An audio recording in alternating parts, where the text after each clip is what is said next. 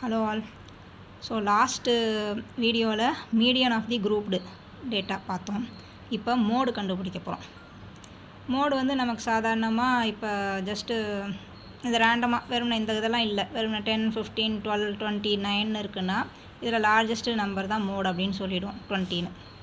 So இதுவும் அதே மாதிரி தான், பட் கொஞ்சம் வித்தியாசமாக இருக்குது. ஏன்னா அது குரூப்டாக இருக்கிறனால அது 0 to 5ல் 10 பேர் இருக்கா, அவளோட மார்க் எக்ஸாக்டாக நமக்கு என்னன்னு தெரியாது.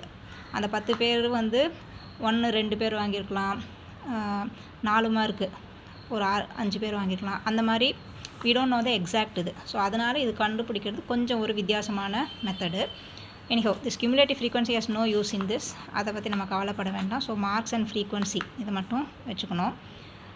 இந்த கொடுக்கப்பட்ட ஃப்ரீக்வன்சிலேயே ஹையஸ்ட்டு ஃப்ரீக்வன்சி எங்கே இருக்குதுன்னு பார்க்கணும். 20ல் இருக்குது. ஸோ அதுதான் மோடல் கிளாஸ்னு பேர், MODAL மோடல் கிளாஸ். ஸோ இந்த டேட்டா பொறுத்த வரைக்கும் 15 to 20 தான் மோடல் கிளாஸ்.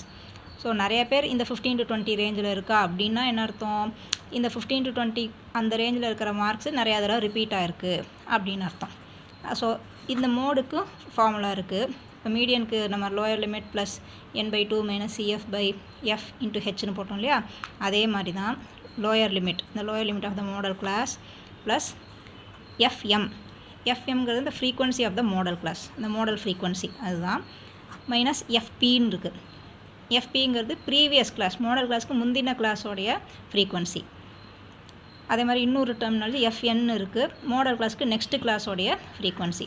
சில இடத்துல மோடல் கிளாஸை F0ன்னு சொல்லுவாள், ப்ரீவியஸ் இதை வந்து F1ன்னு சொல்லுவாள், நெக்ஸ்ட்டு ஃப்ரீக்வன்சியை F2ன்னு சொல்லுவாள். Anything is fine. பட் நம்ம ஞாபகம் வச்சுக்க வேண்டியது mode is nothing but lower limit of the model class plus model frequency minus frequency of the previous class divided by again model frequency minus frequency of the previous class plus model frequency minus frequency of the next class.